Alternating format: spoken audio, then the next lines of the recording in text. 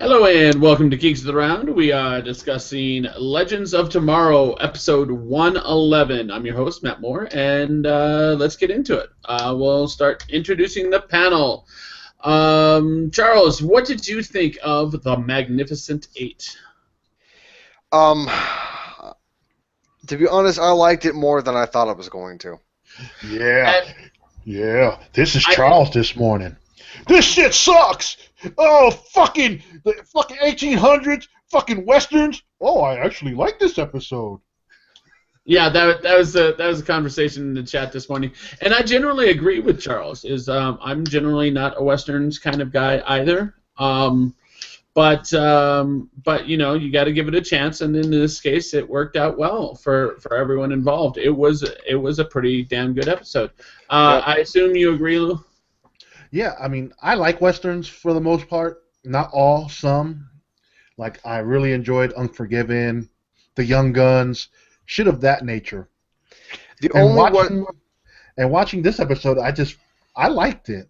Jonah Hex wasn't too bad. The story was kind of fun, you know, it's just one of those weeks that they gave us a fun little story where it ties into the main arc, but not that much. the only westerns that I say that I like would have to be the Quentin Tarantino westerns. Oh, Quentin Tarantino Western, singular. He did two of them. He did two? What was the other one? He did Django. Django Unchained and Hateful Eight. Oh, yeah, I guess the Django Unchained is a Western, but it's not really a Western because it doesn't, happen in the West. It's just a lot of horses and a lot of N-word saying. Yeah. Westerns generally happen, in the West, but whatever. I thought the term just described that whole era. In any case, well, that's another thing is that era was 60 years difference between those and those were a very important 60 years. For example, Jax was walking down the street and no one shot him on sight, even though he had a gun. Like, did everyone notice that the obvious racism didn't actually happen In which movie? in this episode? You had Kendra, that's who's right, pretty that's right, dark that's right. herself, and you have Jackson, both walking down the street dressed to the nines with guns on their hips, and no one said shit. Yes, that's correct. That is correct. I kind of found that a little out of place, but you know what? It's a TV show. Exactly. I'll let it slide. Exactly. We don't need the political commentary. Now, the political commentary is kind of nice. They kind of put it in the 50s episode. And I didn't actually say that just to piss Charles off this time. But, I mean, they kind of hinted at it in that episode. But they left it alone in this one. And you know what? I'm all right with that. I think racism is something that we have to address in our main society. But we don't need to have it slammed over our heads in our comic book TV shows. That's correct. Yeah. Who are you? I'm John Wayne. Yes, that was pretty amusing. Ray Palmer ends up becoming sheriff of the city purely by coincidence, using the same tact that happens in a lot of westerns, actually, of the convenience sheriff leaving and just being like, fuck this, and hands the star over to the nearest person. That actually happens in a lot of westerns. I don't think it actually happened in real life, but it happens in the movies. So that was kind of funny. And I also found that Rip's little backstory about the West was pretty cool.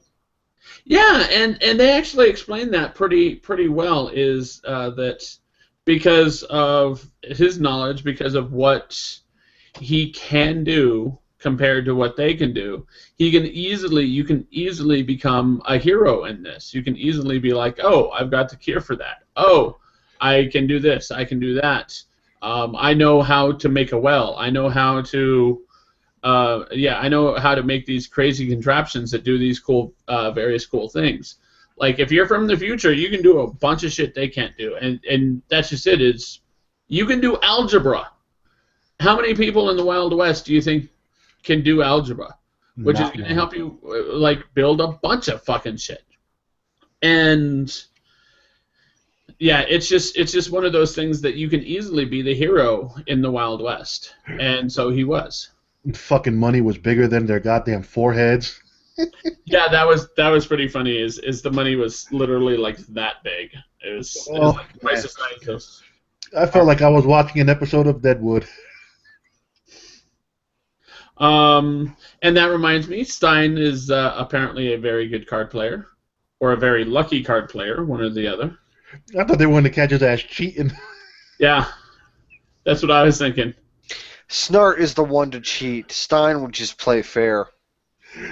Dude, if Stein was cheating, I would have been okay with it because he gave the little backstory of how he learned how to cheat through his father. Yeah. But that whole little bar scene, I found it entertaining. Yeah. But here's what I want to know: is where the fuck did Stein get money like that in the first place? You know, to be able to gamble, you have to actually, have something to gamble. I wouldn't be shocked if they got the money off the ship. You think maybe the ship had it had a little bit? Dude, that ship could make fucking clothes. I'm pretty sure it could make money. Yeah, that's true.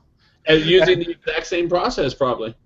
And I'm pretty sure they couldn't tell if it was counterfeit or not. I think at that time they didn't really care about counterfeit because they didn't think that people would do it. So it didn't matter. They could have left the timeline and that money could have just evaporated. What else did we have? We had Kendra meeting herself. That was funny. I actually did kind of like that. I like that Kendra recognized Kendra, but then said, "Fuck you, I'm not talking to you, Kendra," and disappeared to her little shack. Yeah. Of course, I'm talking about Elder Kendra. Yeah. I just want to be left alone kind of situation. And you know what? The actress who played her older version in the 1800s kind of looks like her, so I was cool with it. If you watch Nurse Jackie, that's where she's from. There we go! I was trying to figure out where I remembered her from, but I wasn't willing to look it up. Nurse Jackie. I don't know what else she's been in, but most recently, Nurse Jackie. Yep. That's that Showtime show, right? Yes. It was, yeah. What else did we have? Snart. I liked how Jonah Hex knew they were from the future. Oh, yeah. Jonah Hex pointed out that they were from the future, right after the fight. He's all like, not where are you from, but when are you from? And where the fuck is Rip Hunter? Dude, Mick, I'm sorry, he was classic. You ain't drink with me. And his ass is sleeping on the fucking bar top while they're fighting. Yep. 10 minutes later, they're in a bar fight, and he's knocked the fuck out. Yep. Dude, this episode had such a lighthearted goodness to it. Yeah. From the very start. So I was like, I saw Mr. Whedon's little rant. I'm like, what the hell's wrong with this kid? Oh, Kid? I didn't see Who it the until fuck are you calling kid? Dude, I got 10 years on you. You're still a kid. You're still wet behind the ears. For those of you who did not watch our hangout yesterday, tomorrow is Lou's birthday. Everyone. Actually, yesterday was my birthday. Oh, was it yesterday? Yeah, I'm just celebrating it over the weekend. Oh, so I got confused. Yesterday was his birthday. So in a way, I did wish you happy birthday on your birthday. Yes, you did, which was I said thank you again. It's all good. I had You're how old? You're 50, right? Hell no, I ain't that old yet. Shit, if I'm 50, I look good for it. I'm 29, and I have been for quite a long time. Hey, you know what? My mom and aunt do the same shit. They've been in their 20s for the longest. I've been in my 20s for, more than 20 years. So let's see, what else did we have? Any other stories we had going on here? We had the Hunters, who was supposed to be this big bad. They made him out to be like these impossibly difficult people to kill. But it ended up being like a 3-minute fight, and they were done. They were dead. I have one question. Did Ray go through one of them? Yes. Yes. Okay, I thought so. And then He, we had Mick kill the other. I thought they were robots. Nope, I knew they weren't robots from the moment they introduced them. They're just ordinary guys in body armor. That's it. But Mick made them sound like they were robots. Nope, he didn't make them sound like they were robots. I actually got the feeling that they were aliens, not human. But no, they and they do seem like they were human. They just, yeah. they just got that. Like you said, that was a short ass fight.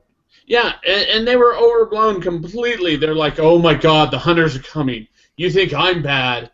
I'm like, motherfucker, you were the big bad for 9 fucking episodes. These people were the big bad for about 3 minutes. Like, they showed up, they lost, move on. You built them up to be this big old fucking thing, and you took one of them out.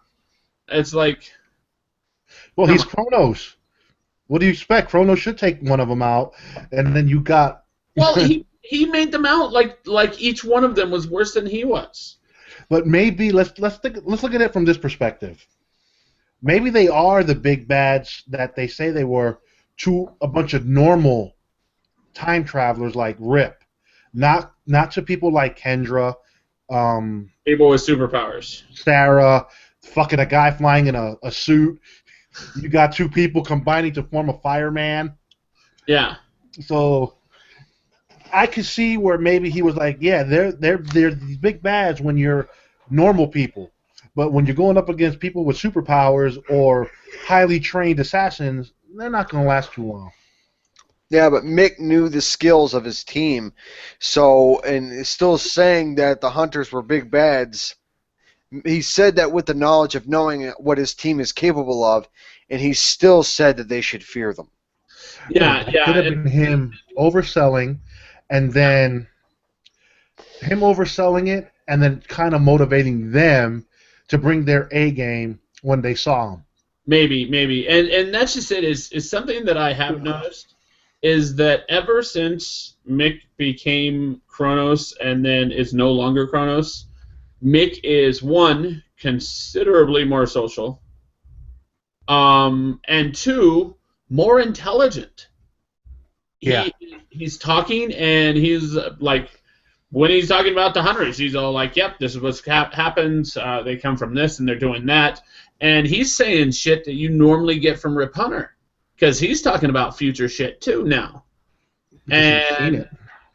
so they made this character a lot less useless, a lot less meathead, which I'm cool with. That's good for me.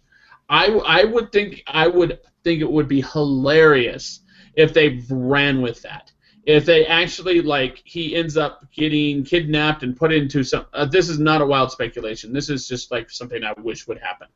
Is he gets kidnapped and they experiment on his brain and they realize, oh, this guy's brain has a lot of potential. So let's stuff it full of shit. And he becomes basically their version of Gideon, where he knows fucking everything. I think that would be awesome. That would be an interesting plot twist. I think that would be good, and I think that would make the character interesting enough to survive until next season. Otherwise, no, I don't need to see him next season. Okay, I mean, that's the question. They said they're not taking no one off the team for next season, but we're getting a new member. I mean, I don't need them to bring Carter back. Nowhere down the line. Carter could stay dead. What I want to see happen is I want them to come across Carter, find Carter, and Carter be like, all right, I'll join the team, and die die again. that episode, and then die immediately after. That would be funny as I fuck. need to see that shit happen. That would be fucking hilarious. Because you know he's never going to turn the team down, not so long as Kendra's on it. So he has to say yes, but once he says yes, he has to die again. I need that shit to happen right there. I really dislike it. But what if he goes onto the ship to meet with Kendra, and he sees that Kendra is with Ray, and he gets into a fight with Ray, and Carter accidentally dies because of that fight? Okay. Oh, come on. Nobody's going to laugh at that? Come on. No. Because I don't see Ray fighting Carter. That's the And I only don't see issue. Carter fighting Ray. I mean, Carter didn't end up fighting Cisco. Verbally. Carter literally has nothing to be jealous about because he knows how it's going to end. He already knows. Like, she's going to end up with me. It happens every time. But what would be funny is he comes back to the ship. Oh, Sierra, I'm the love of your life. And she'll be like, no, fool. Ray's the love of my life. You're just memory. I Oh. just need you to help kill this asshole. But once that's done, I don't need your services.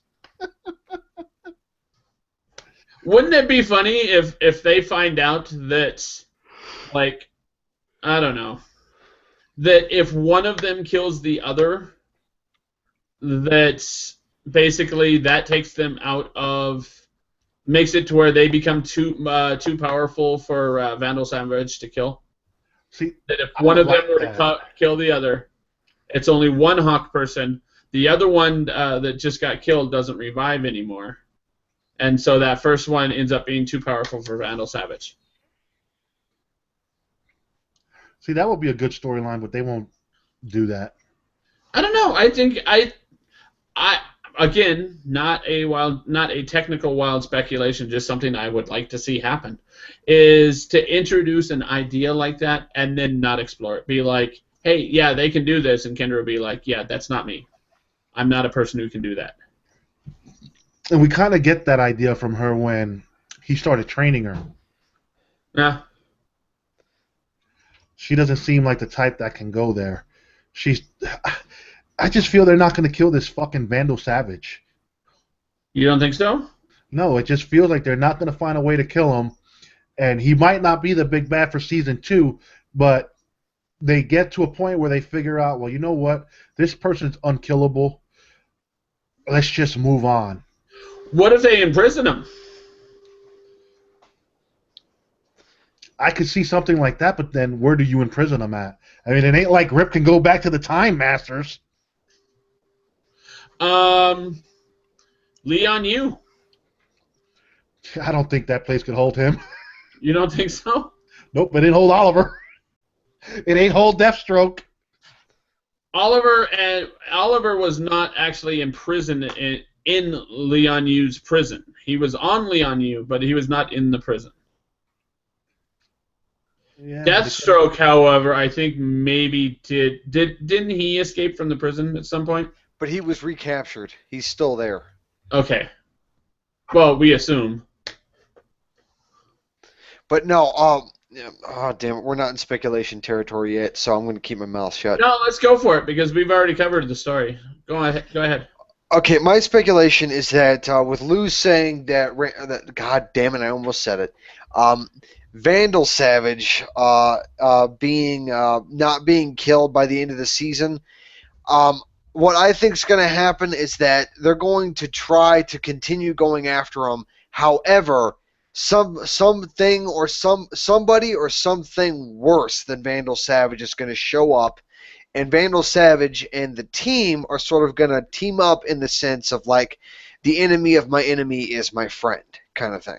I like that idea. I think an alternate kind of twist to it is when you were 3/4 done, just leave it there. Is they were going after Vandal Savage, and that was their goal, and then something worse showed up.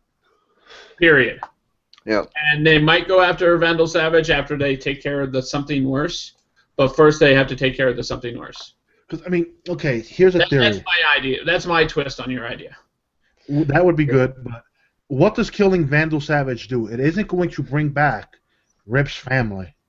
If they kill him before he kills Rip's family, it would. But in Rip's timeline, they're dead.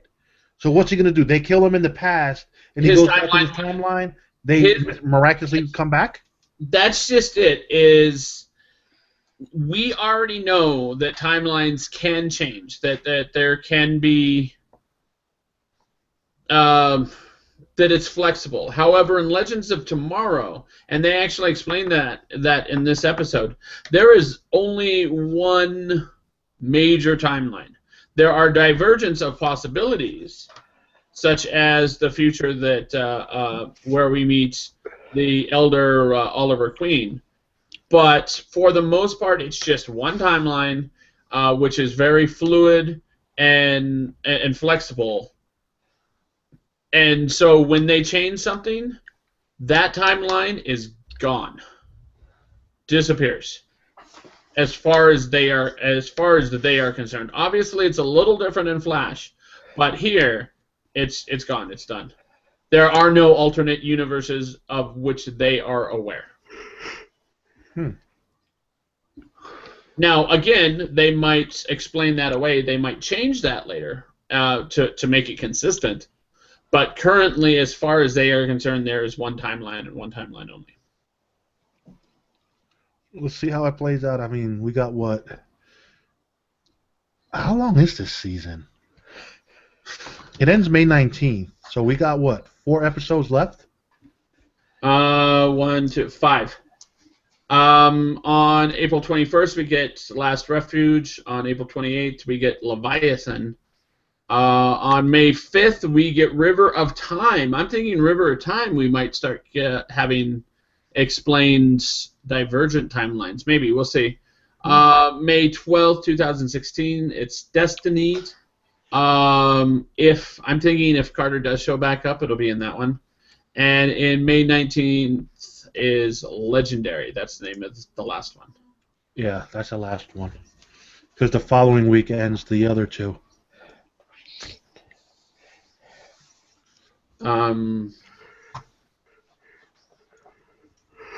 So that gives us a season of what, 15? No, 16 episodes. Yeah. See, I can live with that. Okay. I hope, since we know we're getting season 2, I hope they stick to the formula, 16 episodes, where I think the story will be a little bit better because they kind of have an idea what they want to do now. They have an identity. Mm-hmm. And us as the viewers will not feel betrayed. With stupid shit like Arrow, and maybe Flash picks up their flipping game because they've been on quite of a dirtbag run too. I'm thinking that both of those are going to. They're what, 22 episode seasons? Yeah, I don't think they'll cut them. They're both going to pick up and become really, really good at about episode 18. Yeah, because that's when they're about to end your damn season. So sure, let's give the audience the last good run. Yeah, basically. Right now, as far as I'm concerned, we're just doing filler, bullshit filler. But yeah, I think it's going to pick up right around 18, and we should be good after that. Do we have anything else? Any other wild speculation for this? For Legend of Tomorrow? Nope. I'm intrigued to see where they go next week. Who do you think that is? You think that's Mick as a boy? Yes. I didn't see the preview, so I'm not sure. It wasn't a preview. At the end of the episode, where the house is on fire, and there's a kid sitting in grass watching the house burn, and that crazy lady is about to shoot his ass. Yes, I'm thinking that is Mick, but we will see. I mean, the fire motif kind of Mick. But yeah, we'll definitely see soon. Other than that, I mean, I ain't got no wild speculation. What was her name again? The Pilgrim or something? I think that's what her name was. It was the Pilgrim, yeah. Okay. So she likes to bring Thanksgiving turkey? Maybe, maybe not. Maybe she likes to get Thanksgiving turkey for free and then kill the person who gave it to her. Yeah. It's like, hi, thanks for the turkey, bang. Yeah, exactly. Oh, here, Wild West. Have this plague blanket.